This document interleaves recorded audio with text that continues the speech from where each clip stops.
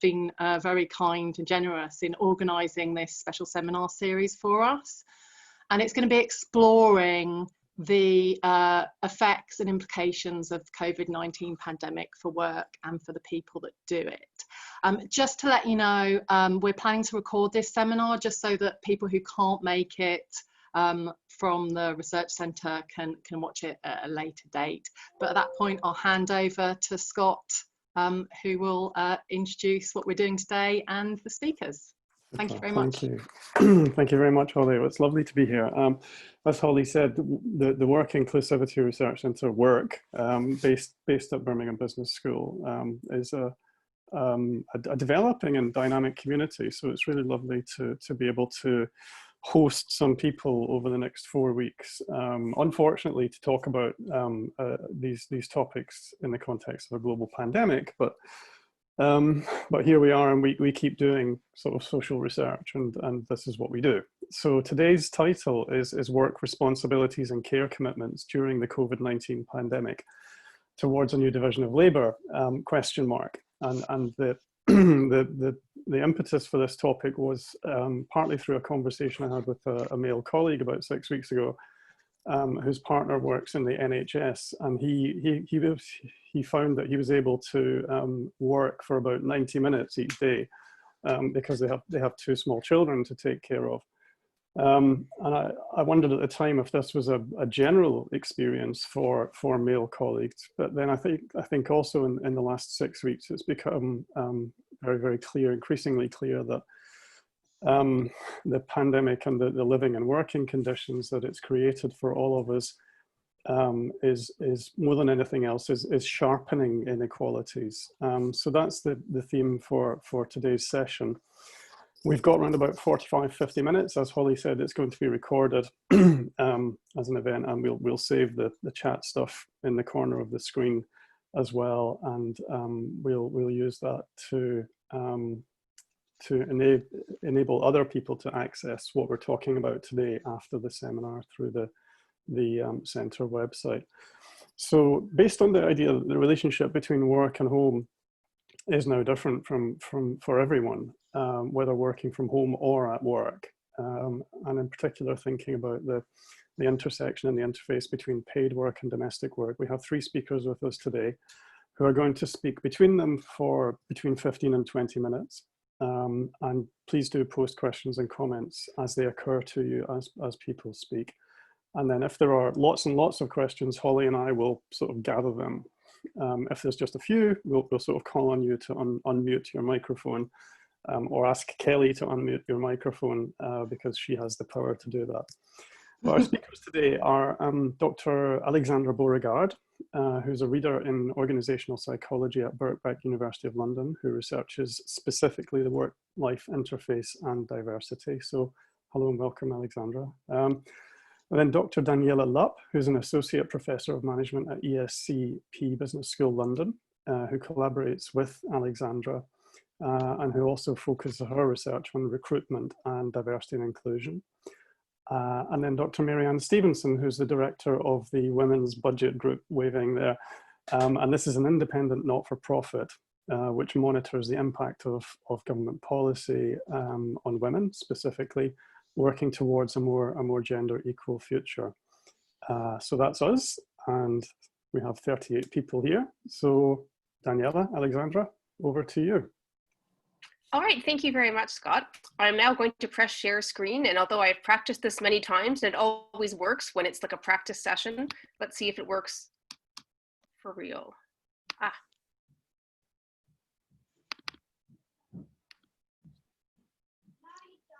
Is that working? Yes. Everyone else can see it too. Fantastic. All right.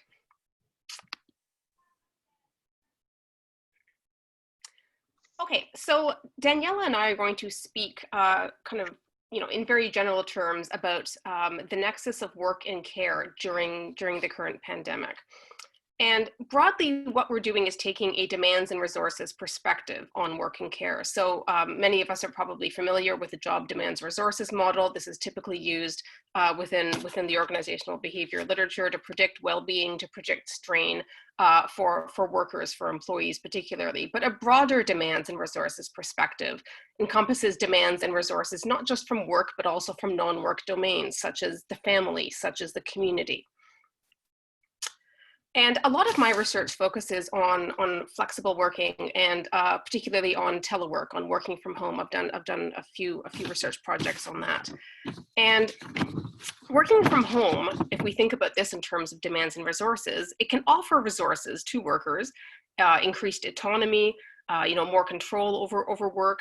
But it also introduces new demands, such as the constant physical presence of work in your home, and this leads to a subsequent inability to easily disengage from work. So this is what the literature constantly finds, that actually, contrary to perhaps many employers' fears that home workers are sitting around watching daytime TV in their pajamas all day, actually what the literature shows us, what research shows us, is that people who work from home on a frequent basis tend to put in longer hours when they're working from home than they do when they're in the office. So this is what's called the home working paradox. And boundary theory is often used to explain how people manage these demands from work and from home, in the office when they're working in an office environment, but also when they're working from home. And so we talk about segmentation and integration of work activities and home activities and family activities and domains.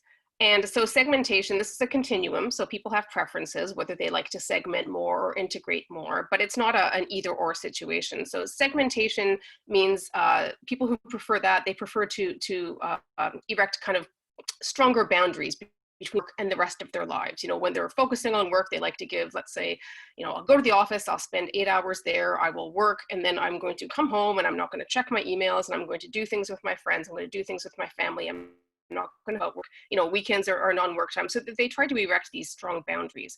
Integration is more like going back and forth. You're checking work email, you're checking personal email, you're kind of you're switching back and forth between different roles in your life.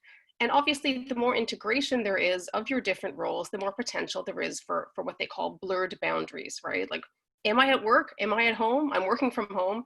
I'm trying to deal with my kids. I'm trying to send this email. Like, I'm not really sure, what role am I in? I'm in both roles. I'm not sure if this is work time. I'm not sure if this is personal time or family time. And what's commonly agreed in the literature is that although segmentation, integration preferences are not thought to be, it's not like one is better than the other. It's more about, does your preference fit with what's available to you?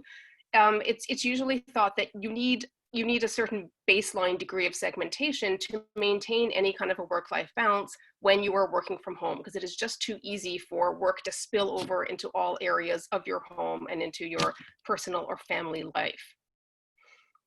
So I'm not going to go through all this. This is a lot of text. Sorry, I basically copied and pasted this from a paper that I had published a few years ago. And these are just some sample tactics that interviews with full-time people who worked from home full-time or for at least 3 days a week talked about in terms of how they manage these boundaries and how they try to kind of keep work and family life separate. And so they talked about physical boundary management strategies, having a dedicated workspace, having a separate room, having a shed out in the back garden perhaps, closing a door between your workspace and your personal or family space, maybe having separate computers or separate phones for work and personal use. They talked about time-based strategies. When my children come home from school, that's when I stop working. I don't keep doing it later. I don't keep picking things up. I just stop. That's my cue, right? Or, I walk my dogs at 5:30 every day. I maybe meet friends while I'm doing that. I have this appointment. I have to meet that. This stops me from letting work kind of continue on into the early evening. Behavioral strategies, shutting down the computer, turning off the phone, not going into your home office during non-work time, etc. So these are all things that help people who work from home set up these boundaries between work and their personal lives. But many of these tactics, as you have probably already thought, they're not possible under lockdown conditions, right? There's a whole bunch of people working from home now who do not have this home office setup. Not that many people are privileged to just have this empty space, a whole extra empty room in their house, like, oh, great, now I can use this to work from home. Like, most people do not live this way. Most people do not have gardens big enough to put a shed out back. Sadly, I'm kicking myself for knocking down that children's playhouse a couple of years ago. Like, the kids are too old for it. I could have used that. That could have been my home office. I could have had my own little building. But this is the thing. So a lot of the kind of pro tips and best practice that we've learned from research on teleworking, on working from home, is simply not implementable during extraordinary conditions like this, when suddenly so much of the working population has been told to work from home. So during the pandemic, we're seeing increased demands, both from work and from home, right? There's a greater workload from a greater household domestic workload. People are at home all the time. They're occupying the space all the time. This requires more cooking. It requires more cleaning. It requires more just, dealing with people. For many of us who are not furloughed, we are finding that our paid workload has increased as well, certainly in academia, right? Like, okay, move everything online, but don't just put your stuff online, redesign all your, modules and courses to be online friendly and, dealing with all sorts of changes and then having to change the way that we work. So there's a greater workload there too.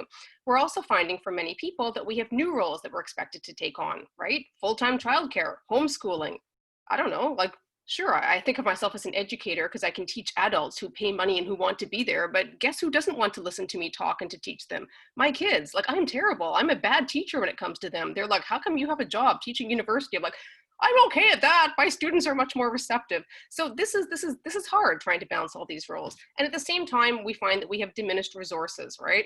Schools are closed, nurseries are closed, a lot of shops are closed, a lot of other shops that are still open, they're difficult to access. People are queued up outside, grocery stores for like an hour or two. Up until probably around now, we've not been able to outsource any of the tasks, household tasks that we might have otherwise done, right? Up until very, very recently, we weren't allowed to have cleaners come in, no childcare options, no babysitters, no emergency childcare, people coming in to do household repairs, etc. This just wasn't possible. So demands are increasing, resources are decreasing. And what we find is that this makes appropriate, or shall we say, health levels of segmentation between work and family or work and home difficult, or in some cases impossible to enact, right?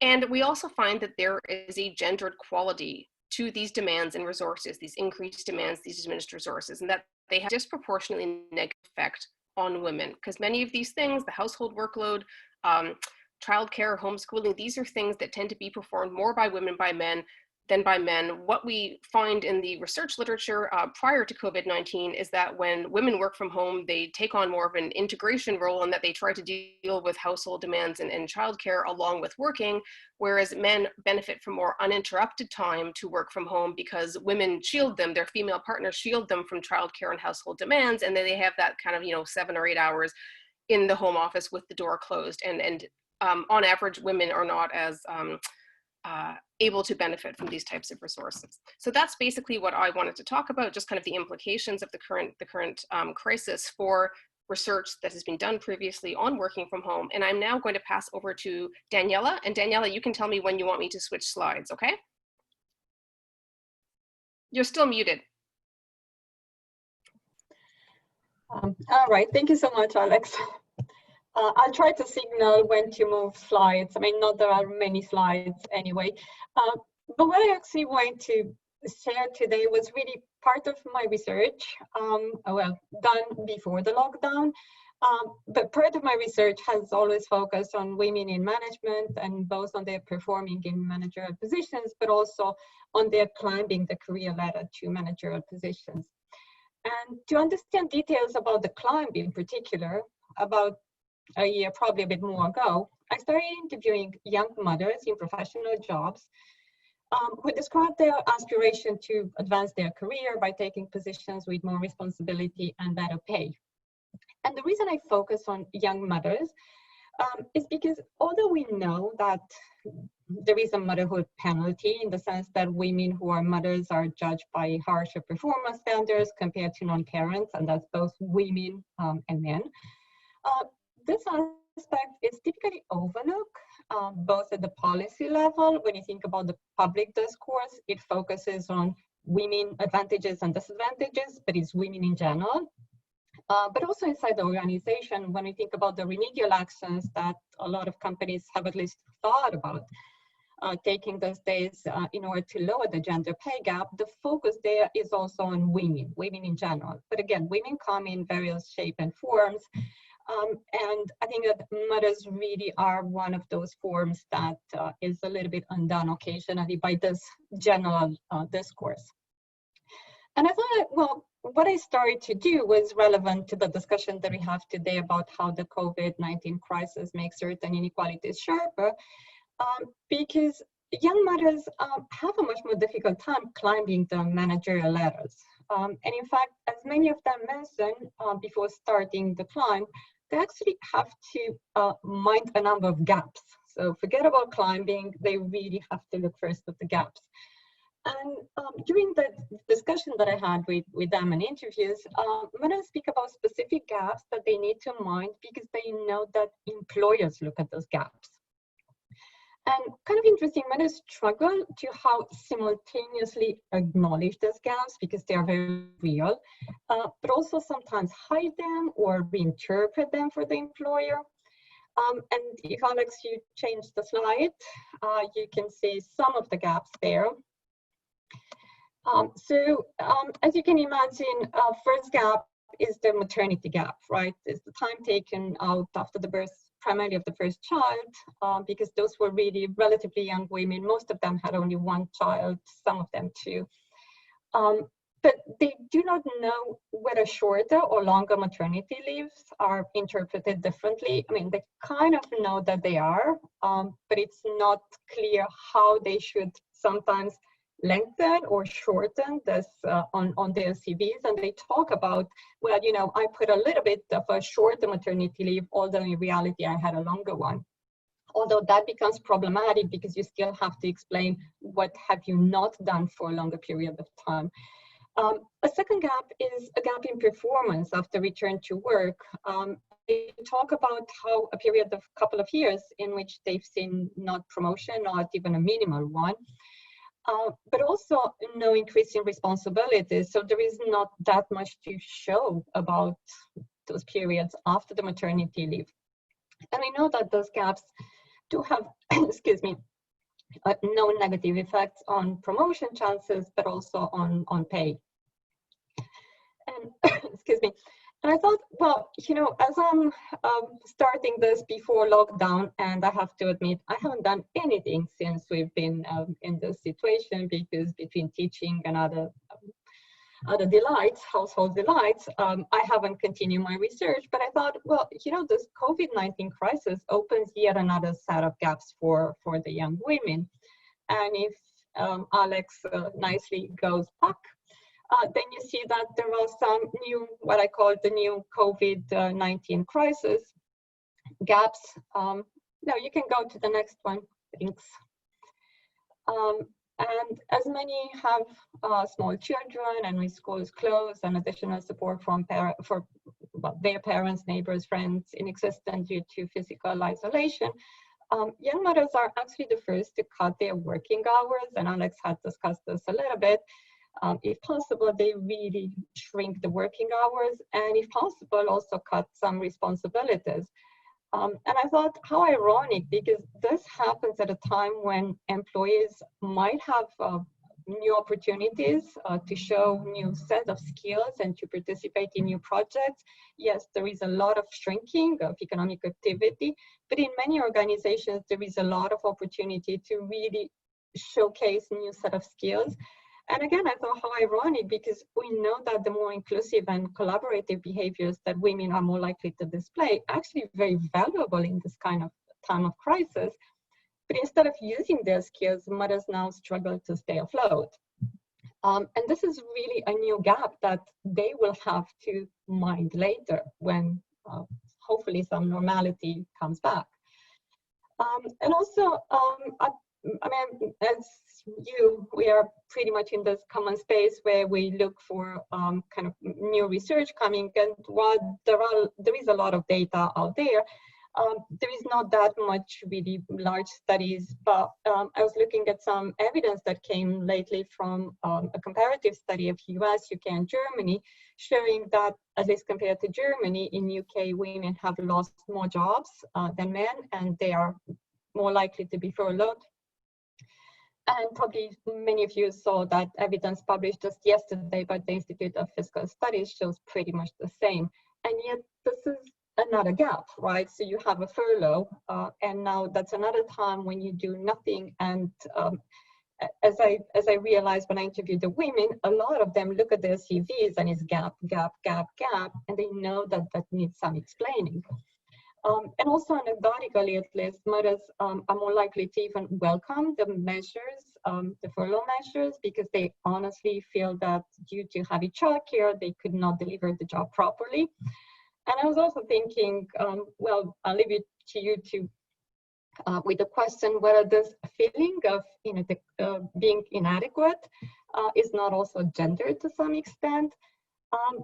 But overall, I really was thinking how many new gaps have been opened by this crisis, and the more gaps these young mothers need to mind in the future and to explain, then clearly the lower their chances to fulfill their aspirations to advance their careers, taking positions with more responsibility and better pay.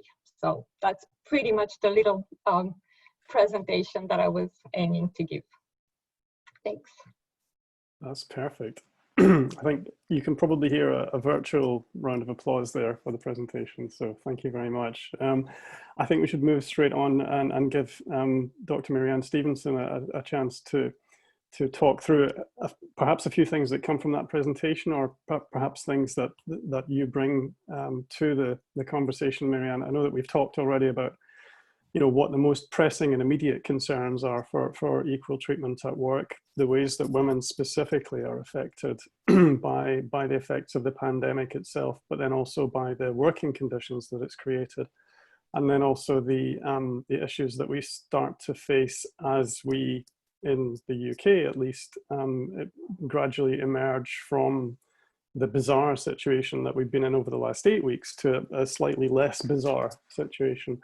Did you want to, how did you want to sort of frame? No, I mean, I just start off really, I guess, saying that, and following on the previous two speakers, which I thought were really fascinating, this crisis has obviously comes on top of a set of pre-existing inequalities in the distribution of paid and unpaid work between women and men. So we know that women do 60% more unpaid work than men in the UK. Most of that's care work. We know that overall women earn around 43% less than men. If you're looking at the earnings gap rather than the pay, the gender pay gap, a lot of attention is placed on the gender pay gap, but in terms of people's actual incomes, the money they've got to live on, the earnings gap, I think, is more significant. And that's obviously partly to do with the pay gap and partly to do with working hours. But also women were in a uniquely vulnerable position at the start of this crisis because of the sectors that they worked in.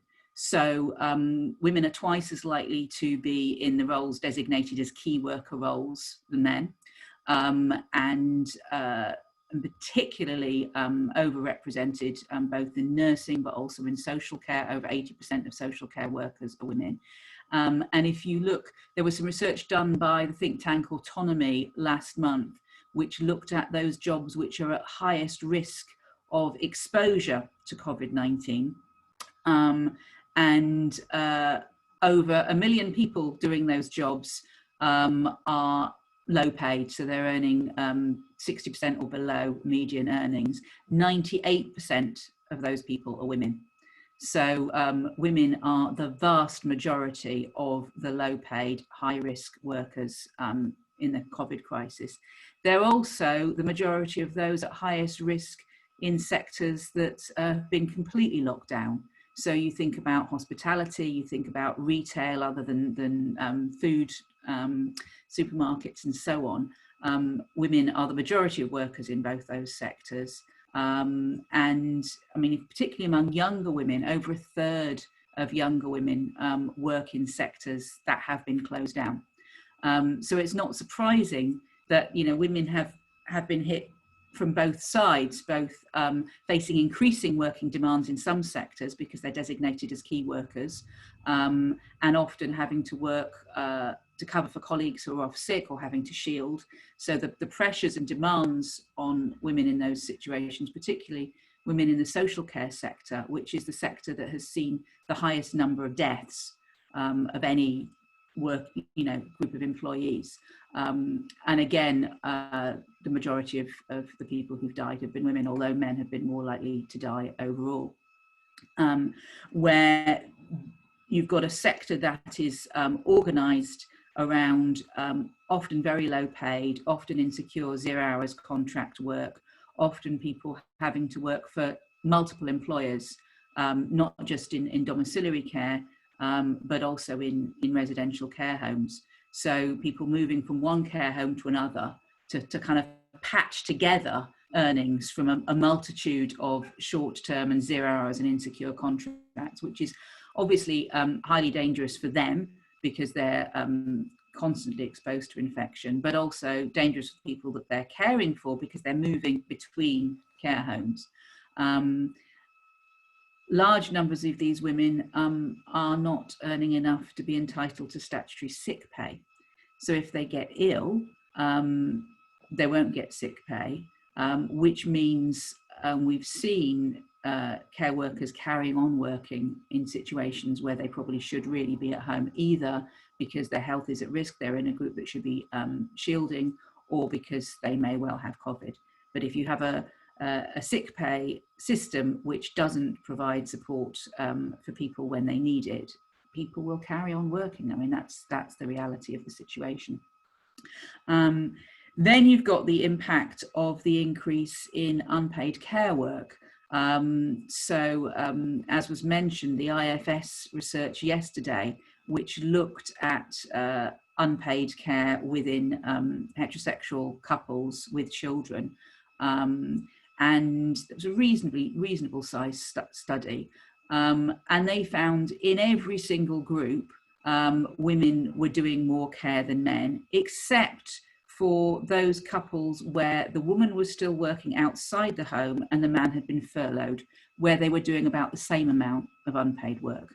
Man was doing about half an hour more, but the difference was actually relatively marginal. So even in those situations where women are still going out of the house to work and the man has been furloughed, women have taken on a vast increase in unpaid care work. And obviously that has an impact on the amount of paid care work that they can do, and their overall levels of productivity. There's been quite a lot of discussion around this within the women's sector, because, you know, we know that there is data showing that women believe themselves to be less productive at the moment. We are not particularly anxious to highlight that all over the place, because that puts women in a very vulnerable situation when employers are making decisions about redundancies, which are going to be happening in increasing numbers, particularly as the furlough scheme is scaled back. So initially scaling back to probably about 60% of pay, and employers having to make up the difference. There are a lot of people who are still in employment because their employer can furlough them.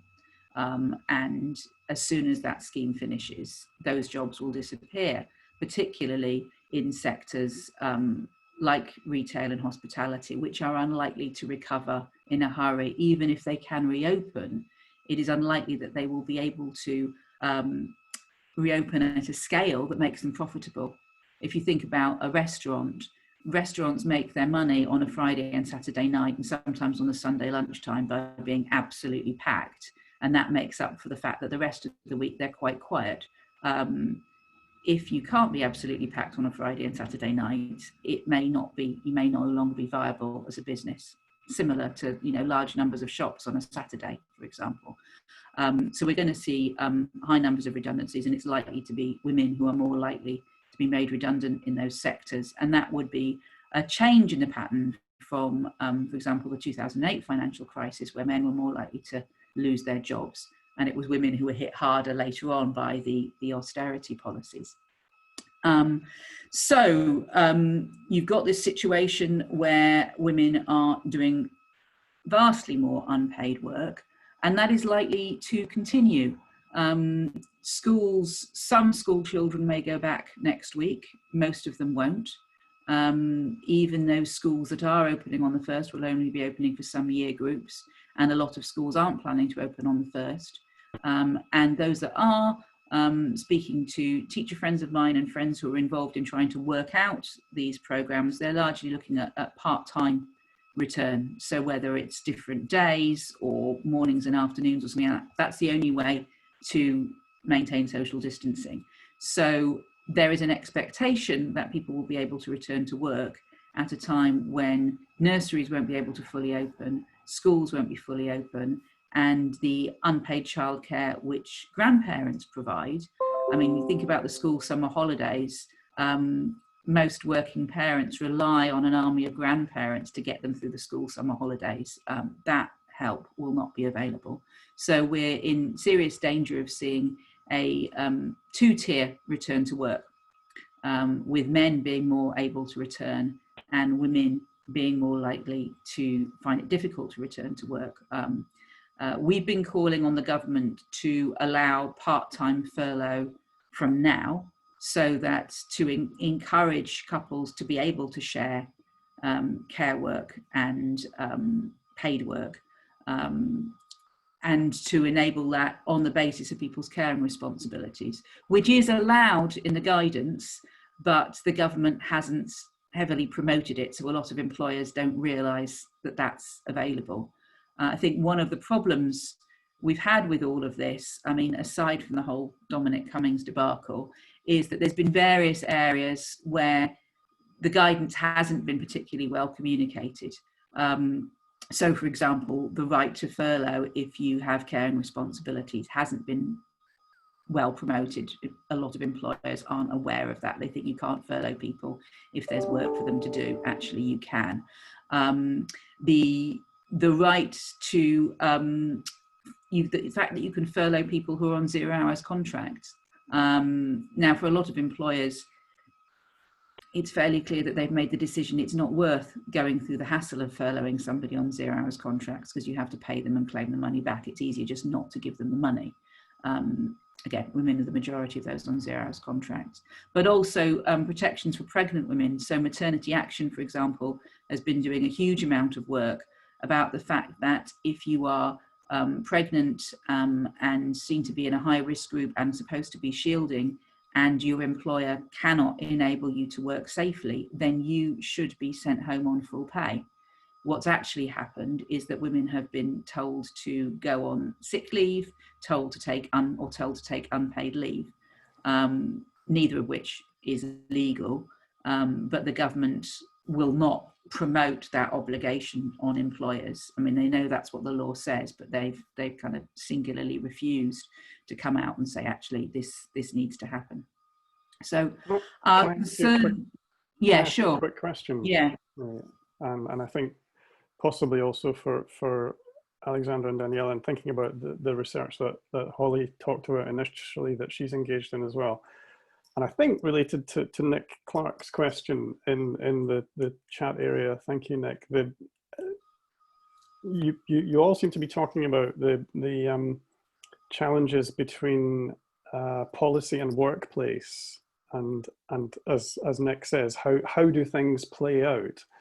And I wondered if you could perhaps speak to your understanding of how policy has played out at the workplace level over the last 10 weeks. I know we're lacking data mostly, but your sense of, from where you sit, how the policies are being interpreted and put into practice. I think it very much depends on the employer, and both their attitudes and, to be honest, the extent to which they've got the resources to have a decent HR department that can actually keep up to date with what the guidance is and what's going on. I mean, certainly, if you speak to those organisations that run helplines, Working Families, Maternity Action, and so on, they have, and Citizens Advice as well, they have had a litany of situations with really awful employer practice, people being treated very, very badly. And I think that's a concern with the test, trace and isolate policies coming in now, that there is an expectation that everybody will find it easy and straightforward to share information with contact tracers about who they have been in contact for more than 15 minutes at less than 2 meters. Now, if your employer is effectively telling you that you're not allowed to pass on the name and contact details of your colleagues, that puts you in a very difficult situation, particularly if you're on a 0 hours contract. And I think we're going to find there's actually going to be huge gaps in that tracing because of that. Because if you're an employer and you suddenly realize that, you know, one member of staff is off with COVID, and actually your whole staff would have to be self-isolating for 2 weeks, the pressure you will put on people to stop that from happening, you know, at whatever risk to yourself and the wider public. I think that's a big issue. And I think there's been a lot from, I mean, particularly from Boris Johnson, which has really kind of depended on the goodwill of employers. So, for example, whenever he's been asked about childcare, he always says, oh, yes, of course, we recognise that childcare is a barrier to returning to work, and employers must recognise that. I mean, what does that mean? You know, employers could recognise that and decide to make you redundant. That's recognising that lack of childcare is a barrier to work. It's a complete recognition that lack of childcare is a barrier to work. He could have said employers are entitled to use the furlough scheme in this situation and should furlough people who can't return because of childcare. He didn't. But then, I mean, you saw him yesterday. He obviously doesn't know a huge amount about government policy because he had no idea that there was a no recourse to public funds policy either. So, you know. Yeah. So there's a broad policy level and then an implementation policy level. Daniela, were you going to say something? Unmute myself. No, I just want to take a little bit of a different perspective, just to move from the policy maybe to the individual and kind of the power dynamic within particular organizations. Because again, we talk about employers being nasty or better, but also even when you move inside the good employers or the not that great employers, the power dynamics, the internal power dynamics are quite important. So for me, I'm also teaching negotiation. So one of the things that I'm always having in mind is how you can start framing the argument and with your employer. So clearly, and again, having thinking about the research with the young women and the fact that clearly they feel they are less productive. Maybe one way to have this is to very early on, when you have the performance conversations, the appraisal conversation, kind of start managing expectations. And this is trying to be a little bit proactive. I don't quite like the word proactive always, but in a way anticipating that those are serious barriers, that they are going to come later on. And again, because I saw them talking about gaps and these young women being very aware that there are gaps that they have to explain, maybe now knowing that new gaps are going to appear, kind of start managing expectations and having those discussions sooner rather than later. So that's from me. Yeah, great, thank you. Juliet Keller, I can't actually see you on the screen that I've got in front of me at the moment, but would you like to sort of unmute your microphone and talk us through your question, your comment about trad wives? Yeah, hello everybody. Sorry, I was just doing my civic duty and eating these strawberries. Yeah, it was just, thank you very much for the presentations. It was really insightful. Yeah, it was just something that I was looking at when I was doing some blogs on the Me Too era and that movement towards, you know, speaking up about discrimination and things. On the contrary, there was this kind of movement more towards a trad wife, traditional, you know, very much sort of 1950s, you think, sort of America, booming, economy, and again, but the real thing that kind of got to me was the reliance still on the husband for you know, as the breadwinner. So essentially these trad wives were very much, I think the term was kind of submit almost to their husbands and rely on their husbands for pretty much everything, potentially get an allowance, and their main responsibility was to look after the children, look after the household.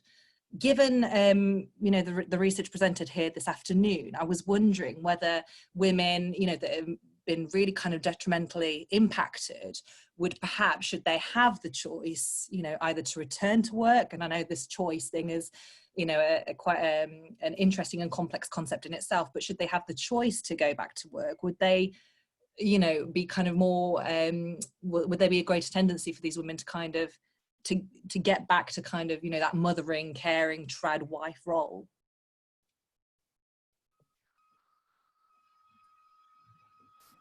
Shall I answer that? Please do. Yeah. Yeah, I think it's interesting because I think, although there's a sort of growing attention on the sort of trad wife movement, and there's all the kind of blogs and different groups, if you actually look at social attitudes and behaviours as a whole, it isn't an emerging trend; it's a declining trend. What there is you know, various points every few years where there's a kind of flurry of interest in kind of various different online groups. You know, a few years ago it was the kind of surrendered wives thing, and then there's the trad wives thing. Obviously in the US there's very strong links with the religious right, and particularly kind of white supremacist sort of quiverful movements, and you know, the sort of religious obligation on white women to have large numbers of children to maintain a majority white population in the US. I don't necessarily think it's a new thing. I actually think all the surveys of social attitudes and all the studies that look at how people actually behave show that it's declining.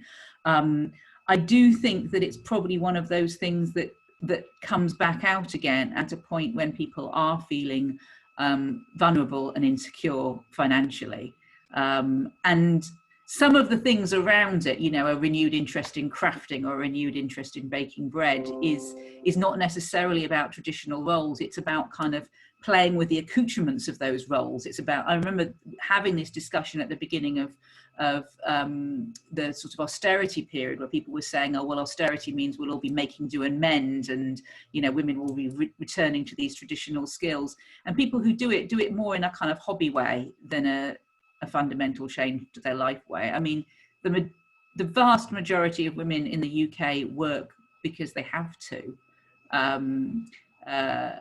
It's, you know, financially very, very difficult to survive on a single salary.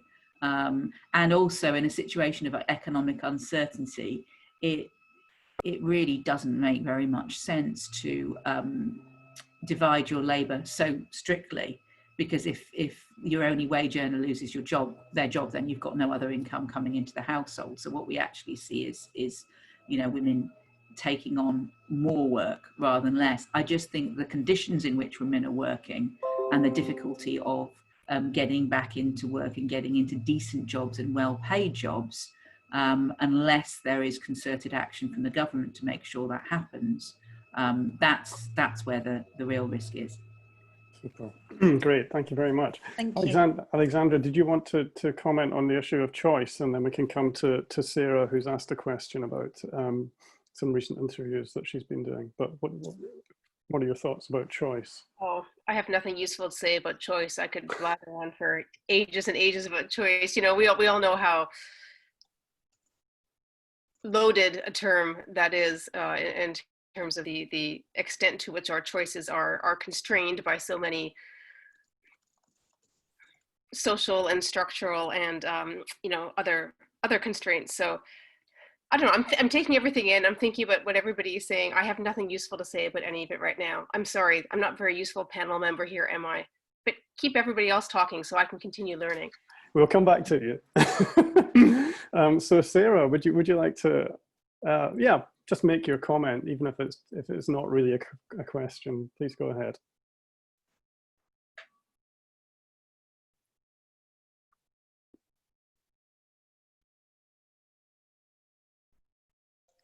Sorry, I couldn't work out how to unmute myself. I was just making a comment of some of the interviews that I've done in the last month with young women in various parts of England, how some of them have been, if they're employed via an agency or via an agency on 0-hour contracts, they have been let go and not furloughed. So I was just sharing some of the data that I've I've captured over the last month, and this is by some really big employers. This isn't like small companies who don't know what they're doing. These are big employers in an area. So that was really one of my observations. So it was really good to hear this being picked up, but also the idea of negotiations with employers and having the sort of the skill to go back to them to ask to be furloughed. I can't really see them doing that because the information hasn't trickled down to them. Even if they're going to places like Martin Lewis, which, you know, they're not observing this information in the way that they can take it forward. That's super. That's really, really interesting and useful. Thank you. I wondered if we could come back to you, Nick, and your initial question. Sorry to pick on people. It feels a little bit like teaching, but you can actually see people's names, so you can pick on them. And I wondered if you wanted to sort of come back and talk us through a little bit in the last sort of question comment about how you think things will play out. Well, it was really, I mean, one of the points I wanted to raise was the issue about part-time working, which is already a big issue for women. And I think anyone who attempts to work part-time is that they're paid part-time. Very often the actual responsibilities of the job are no less than when they're working full-time. And this is particularly true for returners from maternity leave.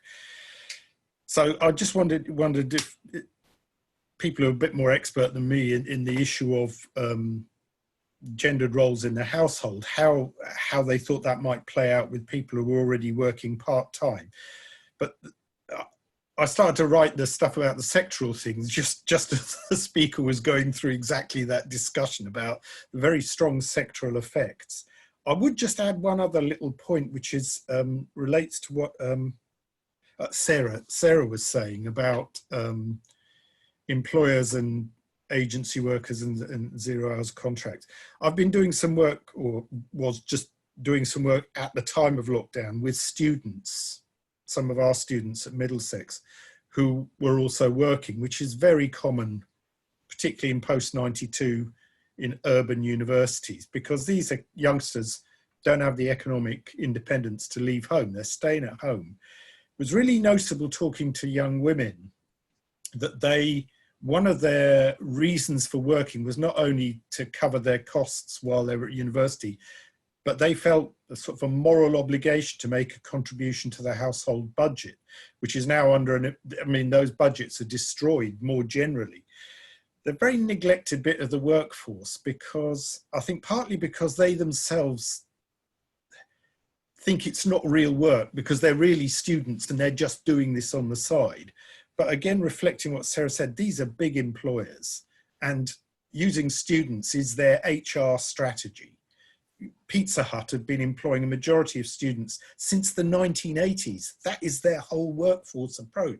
So actually for these big companies, students are part of the workforce. They're not a little add-on, and yet it's not taken very seriously. And I think it was only once you start to talk to people about their circumstances as students and workers, you realized how precarious their economic situation is, and for the whole household their earnings even as a student was of some significance. So it's a little bit more complicated, but those students were also losing access to somewhere to study, often sharing bedrooms, sometimes with disabled siblings. I mean, it's one of those doors you open up and it's absolutely fascinating, but you rather wish you hadn't, because it just exposed so much.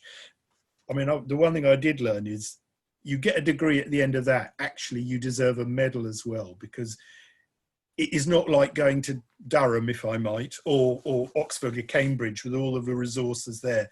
You get through that in those circumstances, then you really have fought against the odds. But it was most particularly the young women's sense of obligation to the rest of their families. One of them said, I couldn't not be making a contribution. It would make me feel icky. And I just thought it was absolutely brilliant. And I think that probably contributes into this whole sense of the double burden that women are facing now.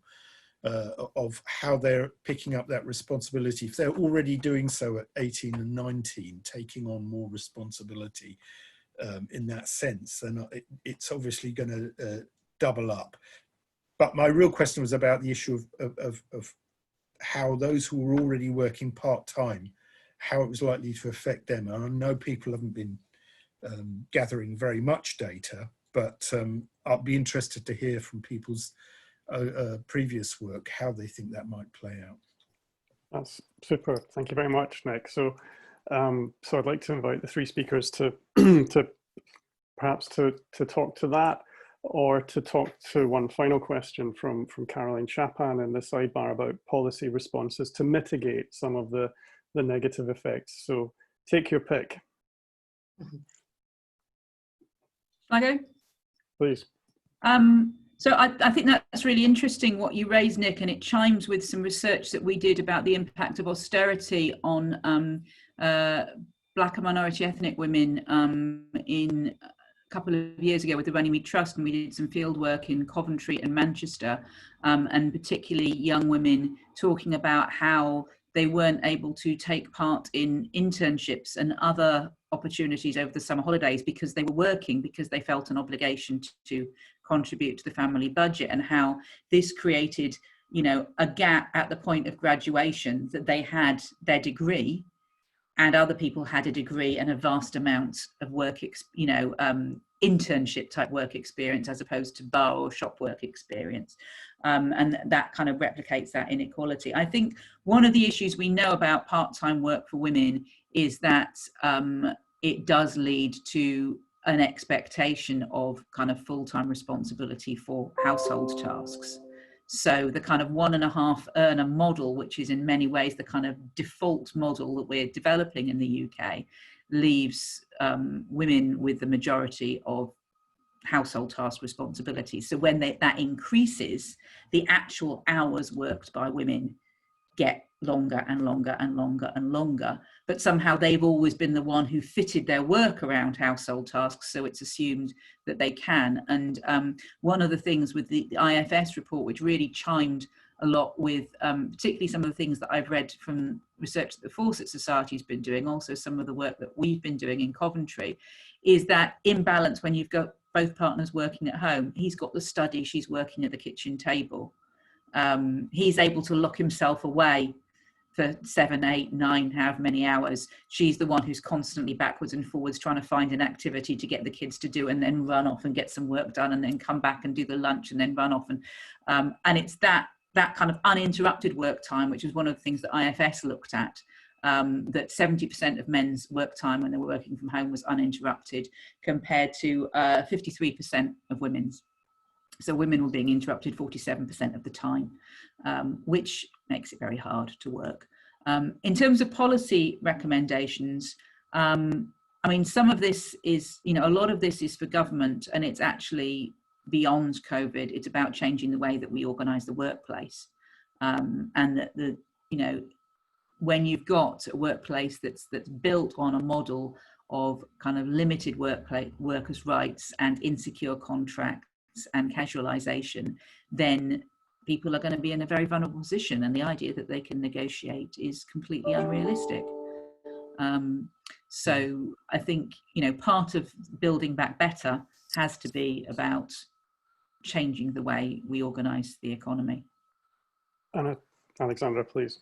I'm wondering, does anybody here think that moving to a shortened work week, like a legislated shortened work week, you know, for everybody, so that your standard work week would be 3.5, 4 days a week, would this make a difference, do you think? Or would it just mean that kind of to prove themselves, or, you know, whatever, you'd still find the higher income individuals, who tend to be men more often than women, you know, still putting in extra long hours, and their work is still more important, so it needs to be, you know, protected and shielded, and you'd still get women doing you know, the disproportionate amounts of household work and childcare? Or do we think that that might help redistribute working hours, paid work and unpaid work, perhaps a little bit more evenly, or enable people to work from home and still fit in what would then be a reduced number of paid work hours over the week, and still be able to maintain, you know, required levels of kind of, you know, household, domestic and childcare input?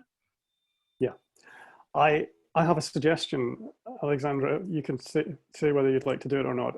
It's sort of 3 or 4 minutes to 3, and I'm conscious that people will be going to other probably Zoom-based meetings, and that the University of Birmingham also has a relatively cheap license for Zoom, so our pipe is quite small, and there are usually other people waiting to get into it. So I'd suggest that perhaps Kelly could, we could talk afterwards with Kelly, and if we wanted to do a little round survey of the people who have been here on exactly questions like that, then we could do that as well as distributing, the other resources that people have posted. Does that sound okay? Great. Yeah. Could I also just say that myself and Sarah Forbes, who run the Equal Parenting Project at Birmingham, and our colleague Hee-Jung Chung at the University of Kent, have got a survey out at the moment looking at homeworking under COVID. A lot of the issues that we've been discussing are all within that. We've had a really good response so far. So maybe I'll try and send something out when we got the results from that, or see if we can do some kind of follow-up thing or something, because we've all been talking about how we haven't had much chance to get some new data. So it might be good to have a look once some of that data comes in. Fantastic. Right.